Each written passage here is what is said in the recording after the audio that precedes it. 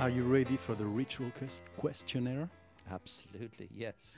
Where were you on the 31 of December 1999 when everyone was telling that the world was about to collapse?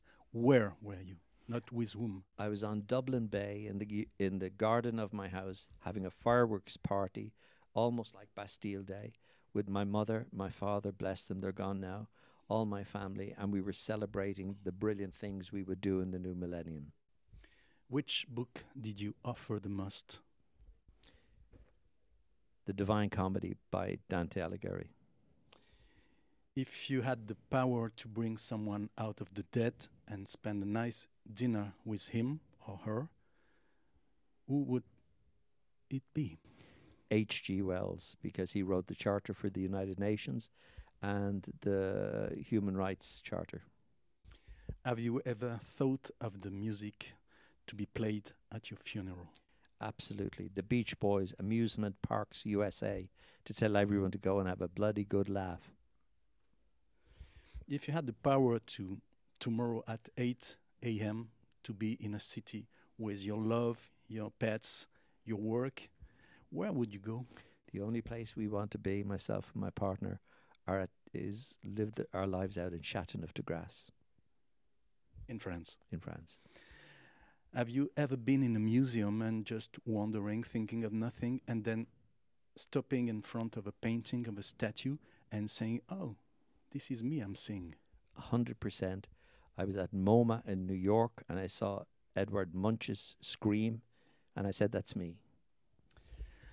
Let's suppose that you have an argument with someone, and an argument going on for 20 years, and you said, no, this is stupid, we should reconcile.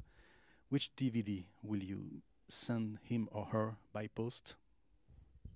Cary Grant and Deborah Kerr in An Affair to Remember, where they misunderstand each other on a boat crossing the Atlantic and then realize that they really were in love with each other and reconcile. And just basically the message of the movie is reconcile because there's happiness there for everyone. When was the last time you passed close to the place where you were born, where your mother delivered you? It's a barren place in Drumcondra. I was born at home in a little house, and I passed there ritually once a year.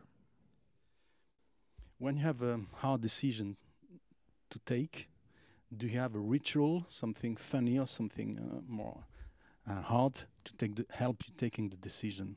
I get away from the city into forest, and I look at trees, because I once wrote a poem called The Patience of Trees, and I wait for trees in their great patience to give me the answer. In your book, you mention R.D. Laing, the anti-psychiatrist, and John Havnet, the director, saying that someone who was about to commit suicide, he saw La Strada from Fellini, and he decided to remain alive.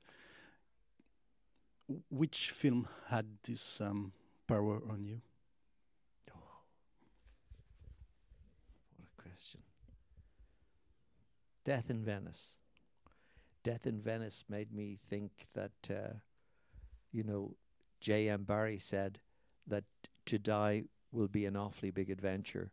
And I thought no matter how I would have the makeup artist come and dicky me up and dress me up and put me in a nice white suit and look out at the Lido and pass away into my great adventure.